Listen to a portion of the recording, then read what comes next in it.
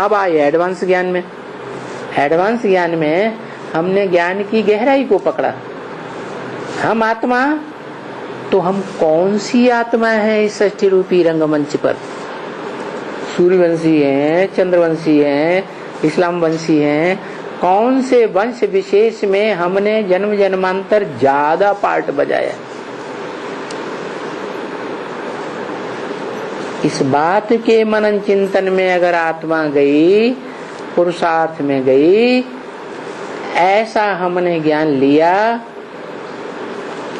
कानों से सुना, समझा और मुख से बोला और दूसरों को समझाया, तो हम एक कदम आगे बढ़े या पीछे हटे? सेवा के क्षेत्र में आगे बढ़े।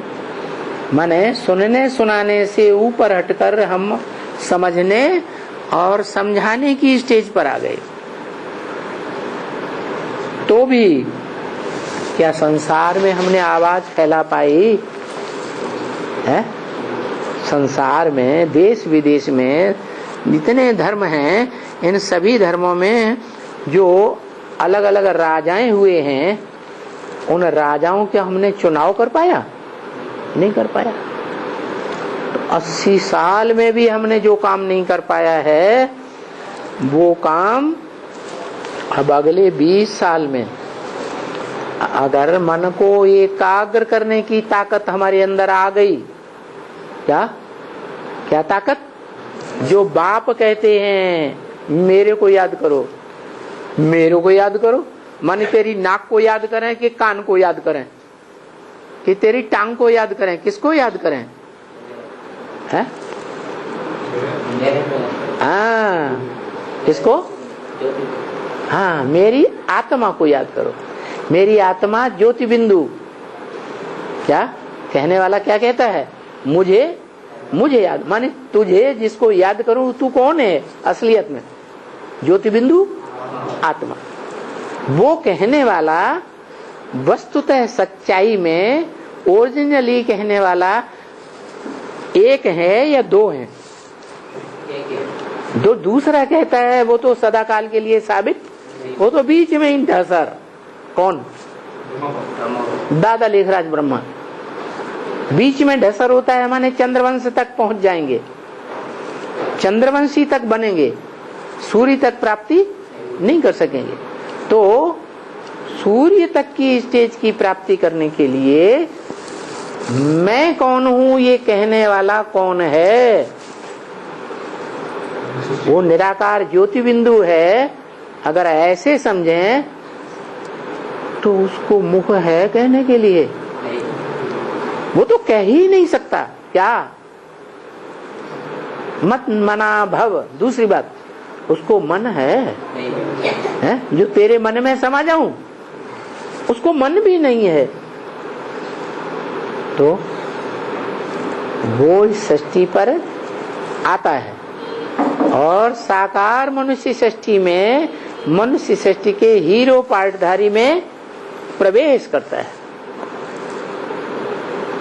तब उस हीरो पार्टधारी को ये ज्ञान मिलता है क्या?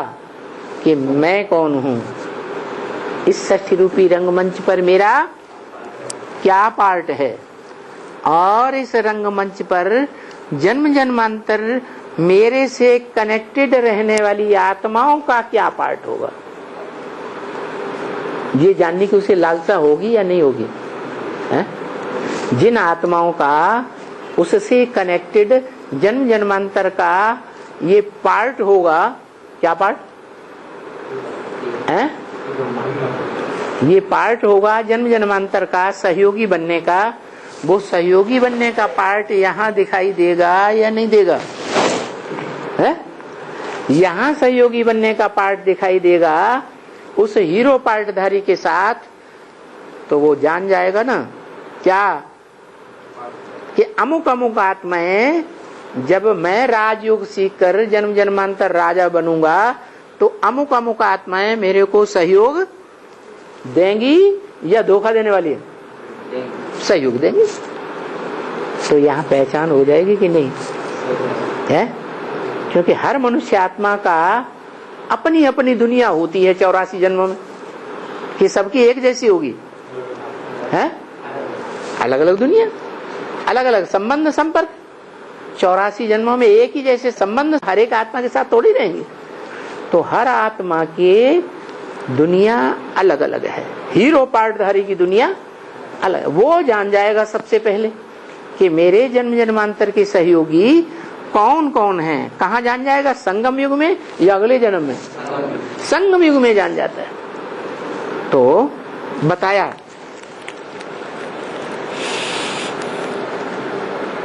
कि अच्छे अच्छे योगी बच्चे कौन हैं। क्या? योग लगाने वाले। किसके साथ? किसके साथ? हीरो पार्टधारी समझेगा कि नहीं कि इनका योग, जो योग लगाता है वो सहयोगी बनता है कि नहीं? योगी सो सहयोग। ये निशानी है योगी की। क्या पहचाना जा सकता है कि उसका मेरे साथ अगर योग लगा हुआ है तो किसका सहयोगी बनेगा? मेरा ही सहयोगी बनेगा। दूसरे के साथ योग लगा हुआ है तो दूसरे का सहयोगी बनेगा या मेरे बनेगा? दूसरे का बनेगा। तो योगी सो सहयोगी के हिसाब से जान जाएगा कि मेरे साथ पावन बनने वाले कौन कौन हैं।